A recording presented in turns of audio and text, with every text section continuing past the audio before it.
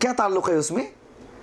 یعنی ارباب متفرقون، مختلف معبود، اس کا رد کرتے ہوئے اللہ کا جب تعارف انہوں نے کروایا تو اللہ کے تعارف میں الگ سے دو ناموں کا انتخاب کروایا.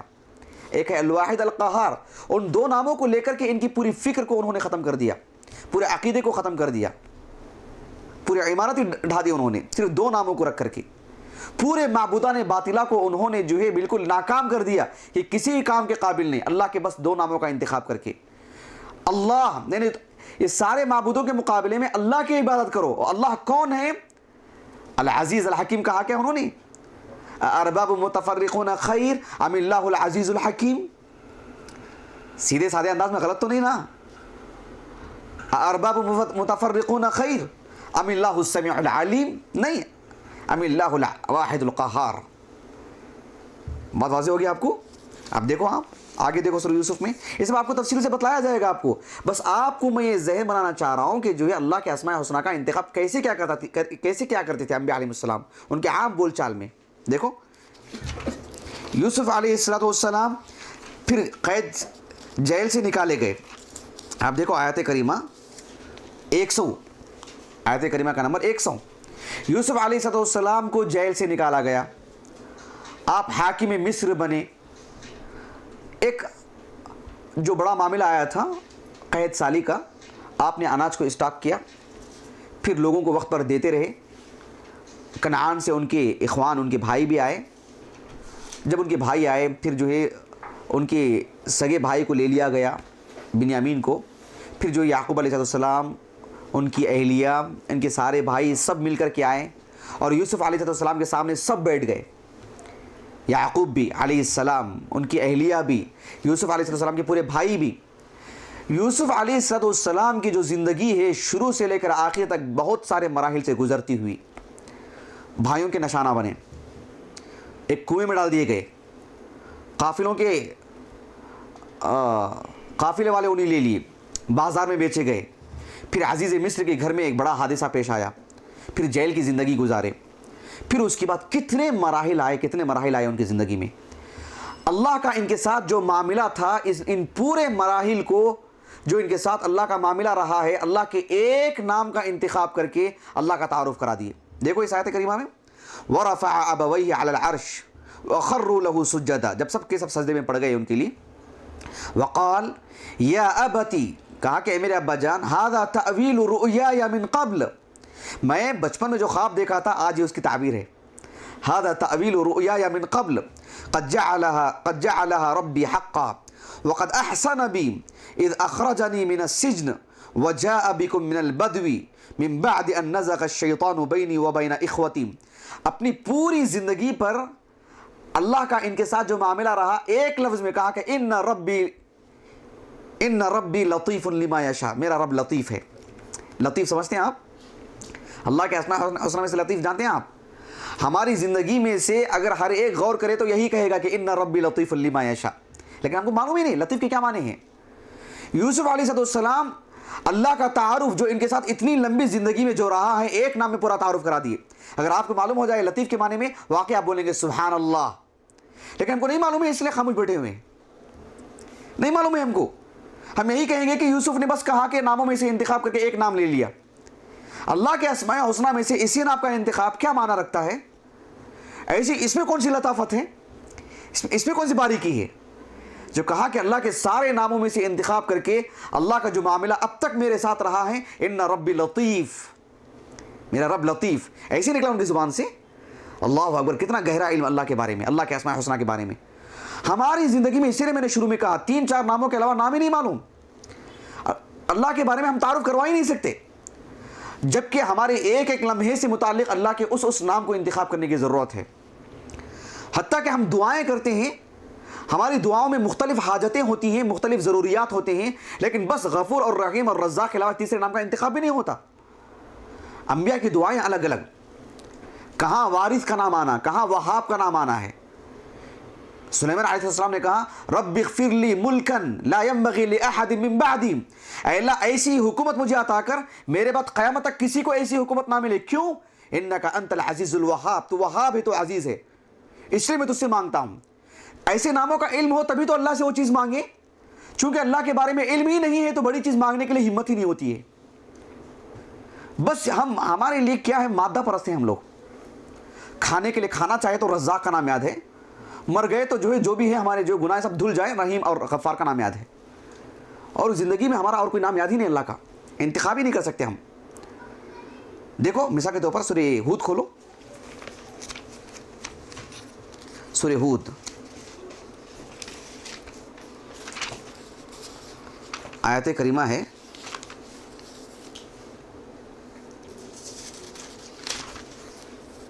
80/9 89. کتنا وقت باقی ہے؟ ہاں دیکھا آپ نے, ہمیں کہ جو افراد جو یہاں بیٹھے ہیں سب جانتے ہیں کہ شعیب علیہ السلام کی قوم میں کون سا جرم اور کون سا مرض تھا, معلوم ہے نا ہم کو, معروف, سب جانتے ہیں. کون سا تھا وہ؟ معروف قضیہ ہے, سب جانتے ہیں. شعیب علیہ السلام جب ان کی قوم کو نصیحت کرتے تو ان کی قوم ان کے خلاف ہو جاتی. ایسے ہوتا ہمیشہ انبیاء کے, علماء کے خلاف, مصلحین کے خلاف, جو بھی اس طرح سے حق لے کر کے اٹھتے ہیں ان کے خلاف ایسے معاملہ ہوتا ہے. اب یہاں پر غور طلب بات کیا ہے, شعیب علیہ السلام نے اپنی قوم کے لوگوں سے کہا, وَيَا قَوْمَ, آیت نمبر 80/9 دیکھو 89, وَيَا قَوْمَ لَا يَجْرِمَنَّكُمْ شِقَاقِي, اے میری قوم میری دشمنی میں اندھے مت بن جاؤ, میری دشمنی میں آ کر کے تم میرے خلاف ایسے ویسے کام مت کر لو, اس لیے کہ ان یصیبکم مثل ما اصاب قوم نوح او قوم ہود او قوم صالح, اس لیے کہ میرے خلاف تم دشمنی اختیار کر کے کچھ بھی کر لیں گے نا, تو ذرا ہود علیہ السلام, نوح علیہ السلام, صالح علیہ السلام کی قوموں کو بھی ذرا دیکھ لو. وہ بھی اپنے وقت کے انبیاء علیہ السلام سے دشمنی مول کر کے ان کے خلاف کھڑے ہوئے, انجام کیا ہوا ان کا, میرے خلاف دشمنی کر کے تم ایسی ویسی حرکت کریں گے تو پھر تم بھی سمجھ لو کیا ہونے والا ہے تمہارے ساتھ. وما قوم لوط منکم ببعید, لوط علیہ السلام کی قوم کے ساتھ جو برتاؤ ہوا وہ بھی کچھ تم سے دور نہیں ہے. یہاں اہل علم کہتے ہیں, بالخصوص ابن کثیر وغیرہ رحمہ اللہ, لوط علیہ السلام کی قوم کا معاملہ بھی کچھ دور پر نہیں ہے, کا مطلب یہ ہے کہ زمانی اعتبار سے, زمانے کے اعتبار سے قریب کا زمانہ, یہ بھی بہت دور کا زمانہ نہیں ہے. نوح علیہ السلام کا زمانہ بہت دور کا, ہود علیہ السلام, صالح علیہ السلام, پرانے انبیاء علیہ السلام. لوط علیہ السلام اور شعیب علیہ السلام کی قوم میں جو فاصلہ ہے زمانے کے اعتبار سے, ان انبیاء علیہ السلام کے مقابلے میں زیادہ دوری والا زمانہ نہیں. ابھی قریب کا واقعہ ہے.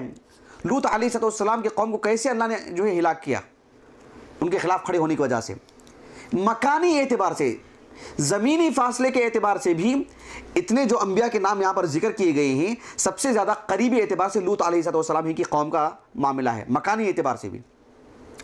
اب اس کے بعد دیکھو کیا کہتے ہیں شعیب علیہ السلام, وَاسْتَغْفِرُوا رَبَّكُمْ, اپنے رب سے استغفار کرو, ثُمَّ تُوبُوا إِلَيْهِ, اس کی طرف رجوع کر لو, اللہ سے توبہ کر لو. ان ربی رحیم ودود, میرا رب رحیم ہے, میرا رب ودود ہے. شعیب علیہ السلام کی قوم کے اندر جو جرم تھا, جو گناہ تھا, اس گناہ کو دھلنے کے لیے, اللہ سے معافی مانگنے کے لیے اللہ کے جن ناموں کا انہوں نے انتخاب کیا ہے, ایک تو رحیم ایک تو ودود. کیا تعلق ہے ان کی اس بات سے, ان کے اس جرم سے اللہ سے تعلق جڑانے کے لیے اللہ کے اسماء حسنہ میں سے چن کر کے رحیم اور ودود کا نام کا انتخاب. غفور اور رحیم بھی نہیں, رحیم اور ودود, سب کیا مطلب ہے یہ؟ نہیں, غور کرنے کا معاملہ ہے ہی نہیں ہماری زندگیوں میں. اللہ کے اسماء حسنہ کو بالخصوص بہت گہرائی سے پڑھنے کی ضرورت ہے.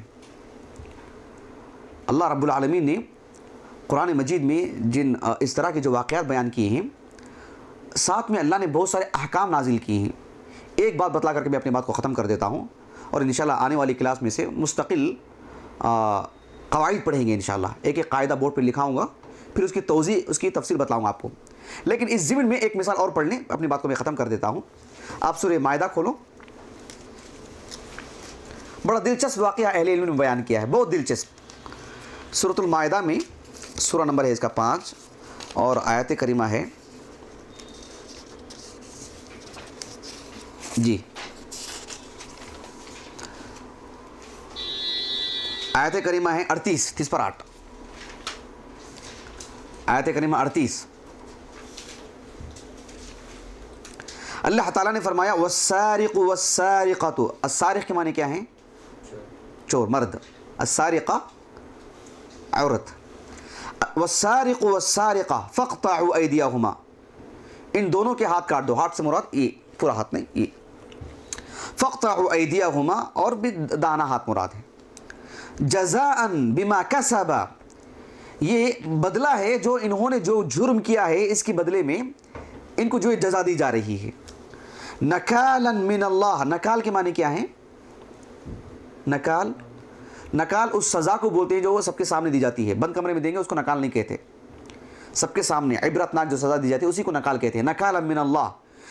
تو امام شافعی رحمہ اللہ کے دور کے ایک عالم ہیں، اس دوسری صدی کے، بہت ہی مشہور لغوی ہیں، الاسمعی کے نام سے معروف ہیں. نام سنیں آپ لوگ؟ الاسمعی. ان کا واقعہ جو ہے بہت ہی مشہور ہے، کئی کتابوں میں بیان کیا گیا ہے، تفاسیر وغیرہ کی بھی، کہ یہ ایک اعرابی کو، اعرابی جانتے ہیں آپ لوگ؟ اعرابی ایک بدو، ایک دیہاتی، ایک عرب کا دیہاتی اعرابی، اس کو قرآن سنا رہے تھے وہ تلاوت.